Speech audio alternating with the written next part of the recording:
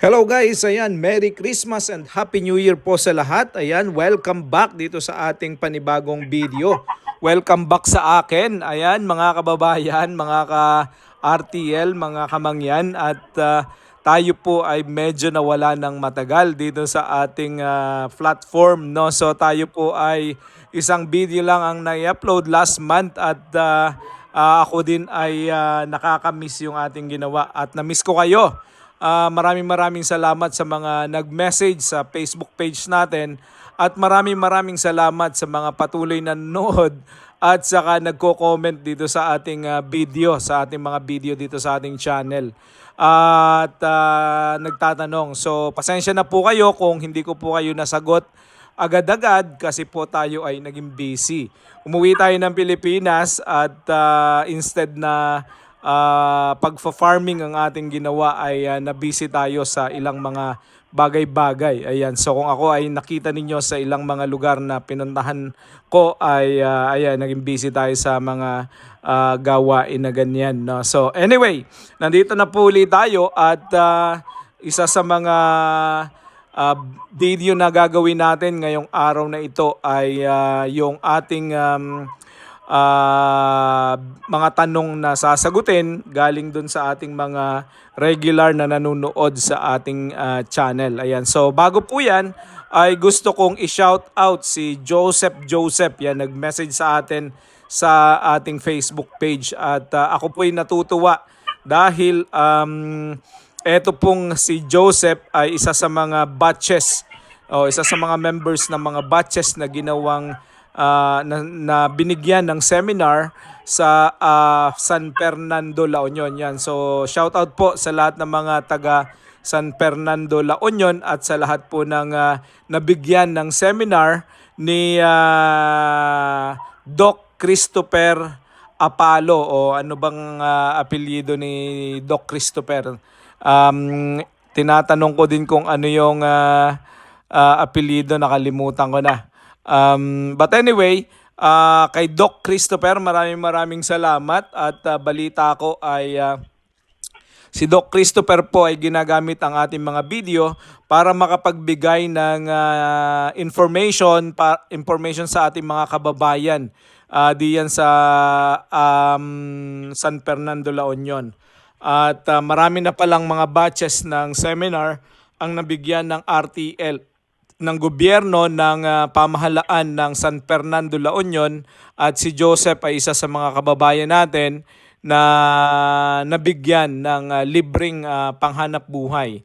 At congratulations sa pamahalaan ng San Fernando, La Union at ito ay naglalaan ng mga ganitong programa. Sana lahat ng pamahalaan sa buong Pilipinas ay ganito ang gawin at bigyan ng kabuhayan ang ating mga kababayang Pilipino. Yan. So guys, yan. So shout out kay Doc Christopher at shout out kay Joseph at sa lahat ng mga taga San Fernando, La Union na nakapanood ng aking video. Maraming salamat po sa pag-subscribe ninyo at salamat sa panonood ng mga video. Hopefully ay patuloy kayong manood at hopefully meron din po kayo natututunan sa mga video natin. So kung kayo po ay taga La Union at kayo po ay nakapanood ng aking video through Doc Chris ay mag-comment po kayo dito sa ating video na to at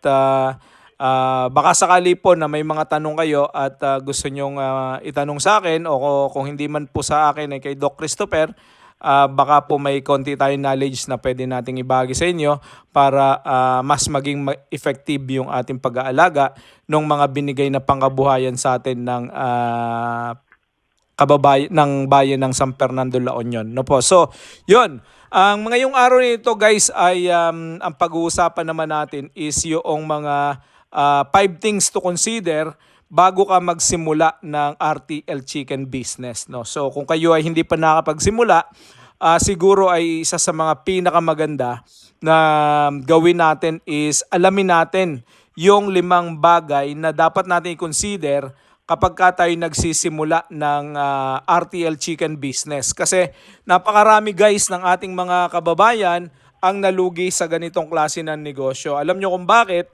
ang mga kababayan natin minsan kasi ay katulad nung iba na gaya-gaya, no? Nakapanood ng video, nakita na yung kapitbahay ay bumili ng RTL o nabigyan ng RTL, ay gumaya na tayo. O nakita natin na yung mga itlog ay nabibenta sa kapitbahay natin at siya ay merong 100 manok, gumaya na tayo. No? So guys, hindi ganon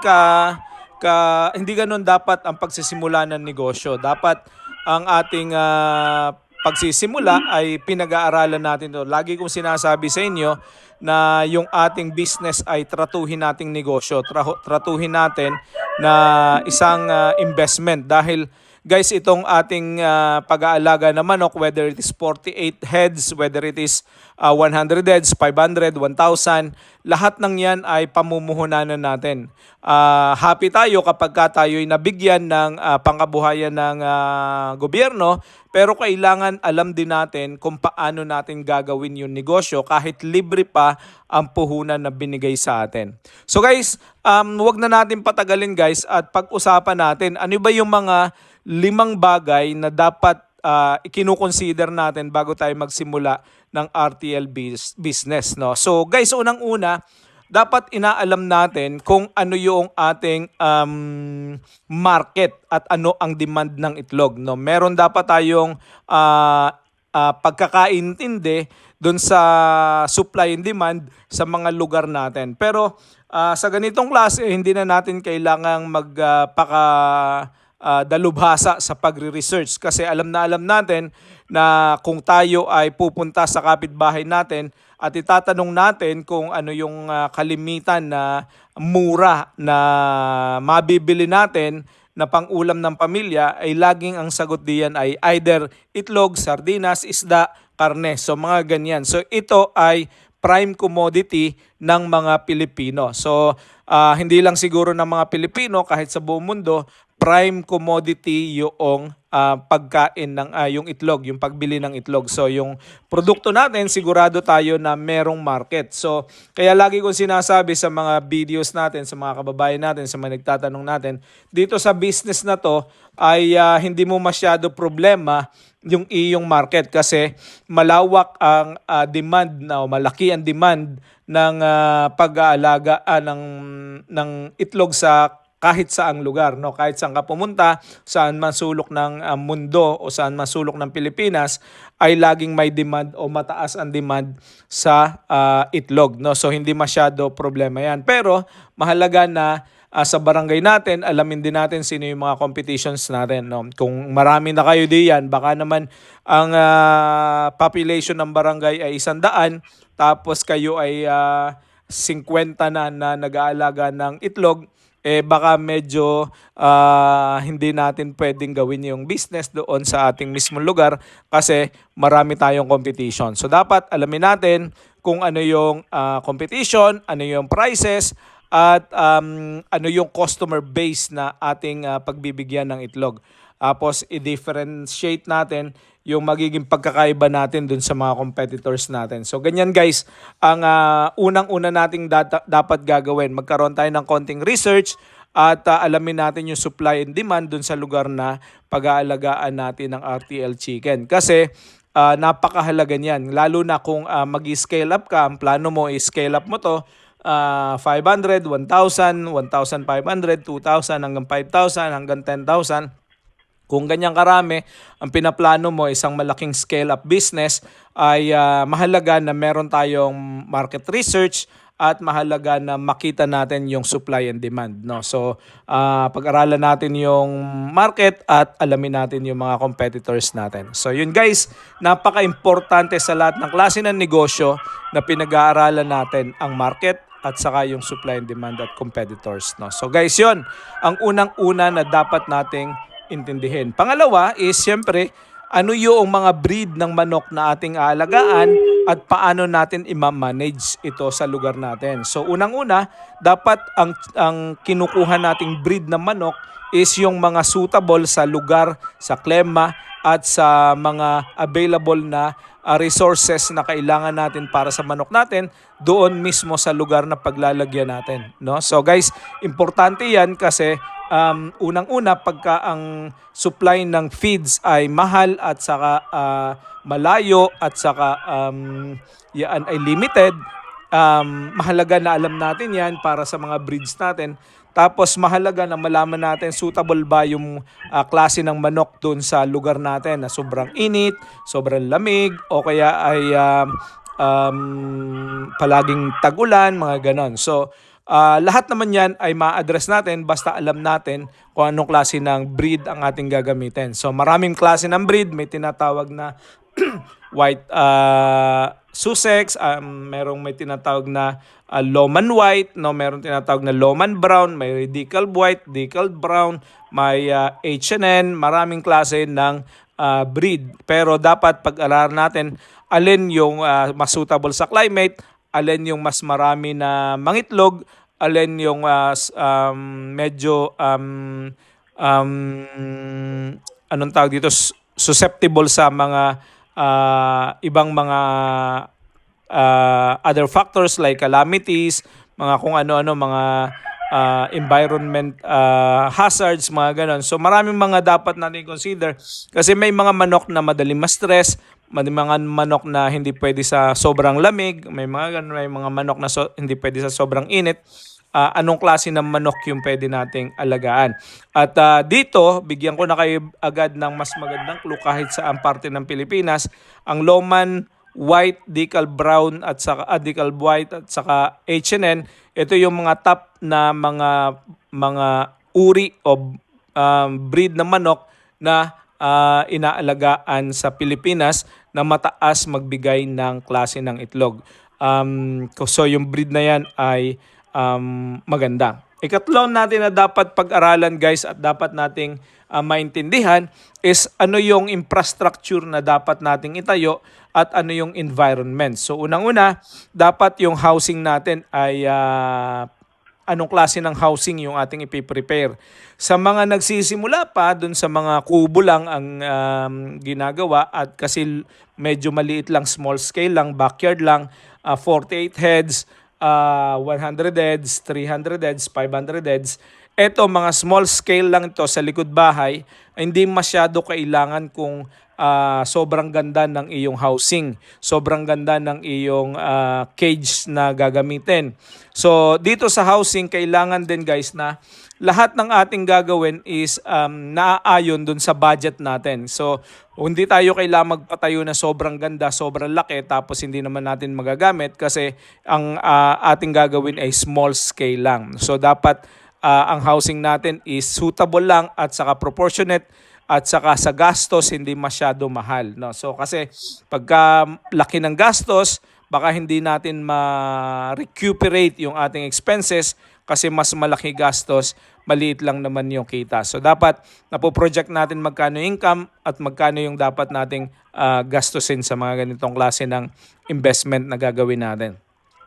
Ikalawa guys is dapat alam natin yung feeding and watering system natin. Meron ba tayong pagkukuhanan ng mga feeds natin na malapit sa atin? Hindi pwede na sobrang layo ng pagkukuhanan kasi doon sa transportation cost pa lang ng inyong mga feeds, talo na agad kayo. Ikalawa, kung wala kayong source ng malinis na tubig sa inyong mga lugar, hindi din po pwede. Kasi unang-una na magbibigay ng masaganang itlog sa ating mga magbibigay ng masaganang itlog sa atin na ibibigay ng ating mga manok is maganda yung pakain nila at saka regular at tama on time yung feeds nila at yung water nila is malinis, malamig, maayos, hindi madumi. So itong mga to dapat importanteng meron tayo na pagkukuhanan sa lugar na pagtatayuan natin ng infrastructures natin at saka yung environment natin. Hindi pwedeng malayo sa kabayanan na hindi maabot ng delivery at hindi din pwede na walang malinis na painuman ng ating mga RTL. No? So guys, yun ang pantatlo. Pang-apat guys is dapat alamin natin yung mga legal requirements, yung mga regulations and permits para sa ating itatayong RTL business. No guys, kung malaki yan, kung business na large scale yan, yung upscale na business, kailangan natin maging mapanuri sa mga legal requirements. Kasi ayaw natin magpatayo ng building para i-ready na para sa ating preparation, tapos tayo ay papatigilin dahil wala tayong kaukulang permit, dahil hindi na tinari na satisfy ang regulations para dun sa ating gagawing business. So mahalaga na bago natin gawin, alamin natin yung mga legal requirements, ano yung mga regulations and permits. Kung backyard lang naman guys, hindi masyado problema yan kasi hindi mo kailangan ng permit kung backyard lang yung ating gagawing business. No? So kung maliit lang, parang barangay permit lang yan. Kung medyo malaki-laki na, kailangan mo ng municipal permit at saka i-register natin sa BIR at saka sa DTI, no. So pero kung medyo 48 heads lang, 100 heads lang, okay lang yan na backyard. Hindi natin masyado kailangan yung ganong karaming mga permits. Kailangan din natin guys itingnan yung biosecurity at saka disease control ng ating poultry na itatayo. Ang lugar ba natin is madali bang i-control ang biosecurity? Kailangan ba ng disease control? So kailangan may mga fences tayo diyan, may mga lugar na off limit sa mga tao, sa mga customers, at may mga lugar na hindi, yung ating poultry ay hindi papasukin o hindi natin pinapayagang papasukin yung mga tao na magpupunta sa ating mga poultry, no? So guys, mahalaga na meron tayong biosecurity at disease control kasi ito ang magiging dahilan kung bakit tayo malulugi sa ating mga negosyo, no? So guys, mahalaga na intindihin natin 'yan. Ikalima, the last but not the least is cost and financial planning. Kaya maraming nalulugi sa negosyo guys, lalong-lalo na sa RTL business. Hindi natin alam kung paano mag-costing at hindi natin alam kung paano magplano ng ating finances, no? So, napakahalaga na titingnan natin ano ba ito, source ba ito ng income para gastusin sa pamilya natin o source ito ng income para may pantustos tayo sa pang-araw-araw natin pangailangan o source ito ng income para mayroon tayong mapalagong negosyo para sa ganon maging sustainable, stable at maging financially free ka sa mga susunod na mga taon. So mahalaga na maintindihan yon. Unang-una, alamin natin kung ano yung start-up cost, no? Magkano ang gagastusin natin? Pagpapatayo ng building, pagbili ng cages, at pagbili ng mga manok, vitamins at saka pambayad sa tao at kung ano-ano pa. Magkano ang startup cost natin? Magkano ang ating ongoing cost? So napakadali ng pagkukosting dito. Sa startup cost natin, bibili tayo ng manok. Yan yung ating unang puhunan. Yung ating pampagawa ng building at saka yung ating yung ating pambili ng cages. So yan tatlong yan ang kalimitan na ating startup cost. Ikalawa nating ongoing cost is basically yung ating feeds, yung ating pakain. Pangalawa diyan yung ating medicines and vitamins and minerals.